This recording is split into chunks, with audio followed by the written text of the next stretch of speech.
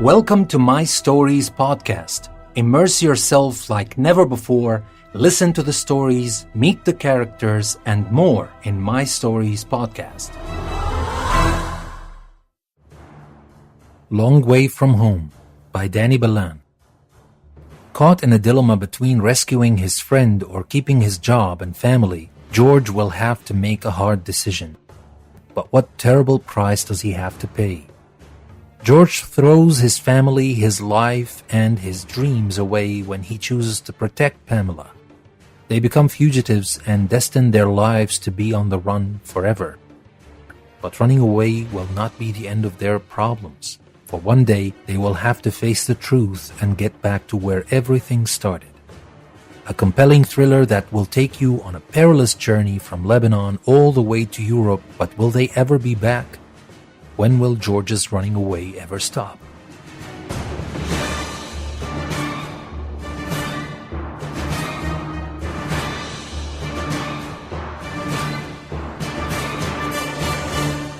Long Way from Home. Chapter 1. Getting back home that day took me way longer than I wanted. It should have been the same 15-minute walk I took every day from Rashidi Software Company, where I worked for the past 5 years. I was rushing home to my projects and dreams after a long day full of nonsense and long, meaningless late meetings. I fancied the road to be one of those in the countryside, with trees on both sides to shade me from the scorching sun and the breeze passing through a tunnel-like road. And I was walking towards the bright unknown. But it was night, and I was walking like a robot on a street infested by too many cars parked everywhere on the road and sidewalk, blocking the little green left. I was halfway home when I realized I had left the one thing I would go back to the office for. My phone was still on the desk in my cubicle haven, the worst invention of the 21st century. Mine came no short of daydreaming and fantasizing. I even called it Polly. I don't remember seeing the grandeur of our office building at night because I almost always left on time, never looking back. It was a grand, luxurious building, as all software companies should look from the outside. The new lights they installed on the new logo sign last year looked great, but I still couldn't tell the difference between the old logo and the new one. I was all about computer software, and I had no way to know the dramatic difference between serif and sans serif. I was reaching to my card in my jacket pocket, but the security guard saved me the trouble.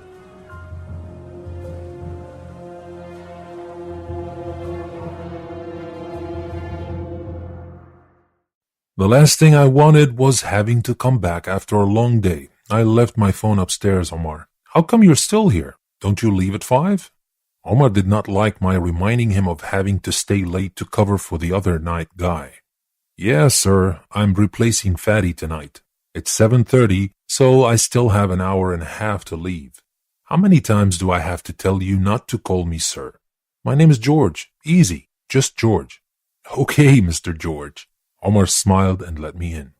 I jumped 3 steps at a time up the stairs to the first floor where my cubicle was. My phone was right where I left it on my desk. There was nobody else in the office. Everybody had gone, and everything was dormant except for the red blinking light of my computer power button and the faint sound of my squeaky hard drive still running.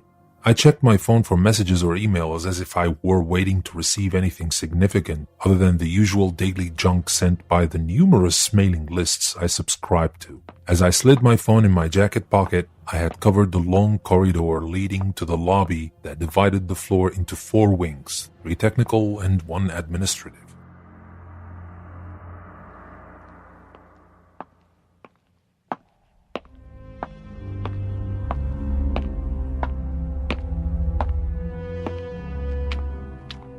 I opened the door to take the stairs back down, but the hustling sound of my outfit and shoes did not cover the bump I was sure I heard coming from the kitchenette side at the elevator's end. I stopped and listened again to see if it was a figment of my imagination, but the sound turned to something more like a muted human voice, a female's voice. I started towards the kitchenette, and the voices got louder with every step. There was a man's voice muttering some incomprehensible words. The voices seemed muffled as if coming from behind a closed door, but the kitchenette had no doors. I kept coming closer and thought for a second to call Omar, but I heard of some special jobs the administrative people would do after hours. I wanted to make sure first what I was getting myself into. I would leave them be if it was only after our games. The kitchenette was dark when I leaned across to see if there was anybody inside, but by the time I reached the kitchenette, I knew where the voices were coming from, and I could tell who the man inside the ladies' room was. The ladies' room was down the hall from the kitchenette. The door was closed. The bumping sounds, among others, and the muffled voices combined drew a clear picture in my head. It was not what I imagined. The other player did not seem to like the game at all. I was by the door and I realized it was Mr. Rashidi's voice, our revered company's president and owner. However, it was not until I got close to the door when I realized the other voice was Pamela's voice.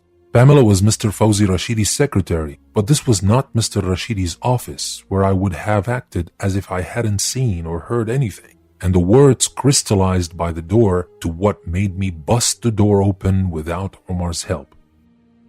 "Let me go, please. I wouldn't tell anybody, I swear, and I will never come back to work here again. You will never see me again. Just let me go, please." Pamela's tone was uncommon, but unmistakable. "Where would you go, my love? I have a life for you here. I will give you anything you want. You won't need to work anymore. You can come and go anytime you want. Nobody will dare say anything to you. I will need you to stay late now and then, though. That shouldn't be hard for the likes of you, should it? I am not a needy man, and don't feel so special. You're not the only one. Please, Mr. Rashidi, I don't want this. Please let me go." "You will love it. Come on, give it a go. You've never been with a Rashidi before. You won't regret it."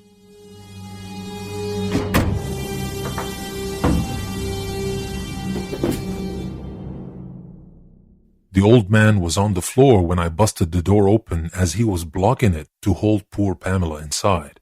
Pamela ran behind me, and Mr. Rashidi was getting up on his feet when I saw his zipper was open, and judging by his age, the old man must have taken a pill or two. "We will leave, sir. I am taking Pamela with me. Stay calm and do not do anything we will both regret," I said with one arm around Pamela, who stuck herself to my back, and the other hand telling the old man to stop. "Who the fuck are you to lecture me? It's none of your business. Leave the girl and be on your way or kiss your job goodbye." "Do you think I care about the job or working for you, you old fuck? I'm leaving with the girl, and you'd better stay still." My fist tightened and I was ready to punch that old scum. "Don't you know who I am and what I can do to you both? If you step out of this door, your lives are over, especially yours, George. And don't think you can say a word about what you saw here that people will believe. You do not understand what I will do to you and to your family." Mr. Rashidi turned one side to the wall as he was talking, but I noticed he was reaching out to something tucked in his pants.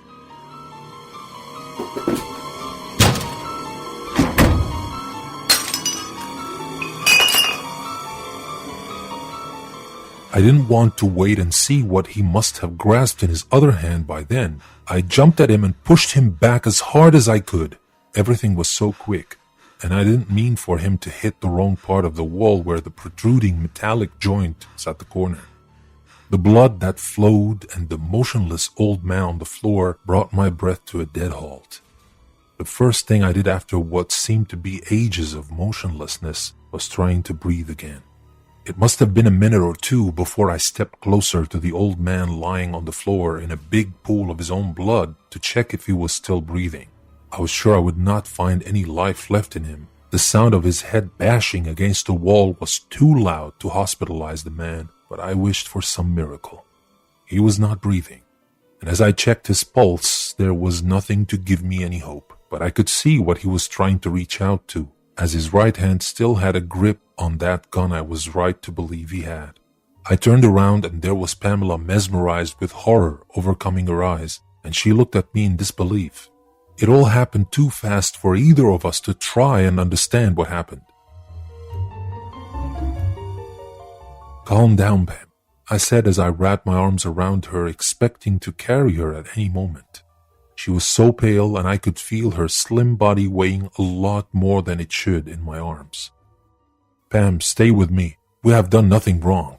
You have done nothing wrong. Calm down. We have to think and do something about this. Just calm down. I could feel her whole body shaking in my arms. I saw my hands shake, but I had to think of a way out of all this. And I knew what calling the police in my country meant. The people I could not trust the most were the police, not with a man like Fawzi Rashidi. I killed the man whose least influential friend could piss at the police chief's face and had him convinced it was raining. Come on, Pamela. We cannot stay here. We need to leave now. Let's call the police. She took a long time and a significant effort to say that, but I was sure she could see the look in my eyes telling her we could not do that. I sighed and stood there with both my arms placed on her shoulders and said, "You know we cannot do that. Who will believe us? Don't you know who that man was?" Pamela did not say a word. I didn't know if it were because she knew I was right or if she was thinking of a way out of this whole mess, but she was still pale, and the expressionless face she had did not reveal what was going on in her mind. "Listen, I will get some water. Stay here. I'll be right back." "Don't leave me here alone with him." She was horror-stricken, looking at the motionless body on the floor and the expanding pool of blood. "Let me check if anyone heard this. Stay where you are." I didn't want her to move as I knew she would pass out, and now that my sense started to come back to me, I wanted to see if there was anybody outside. I opened the door and closed it as quickly as I could. I turned around to go to the kitchenette to get Pamela a glass of water when I could see nothing. The flashlight was pointed right into my eyes.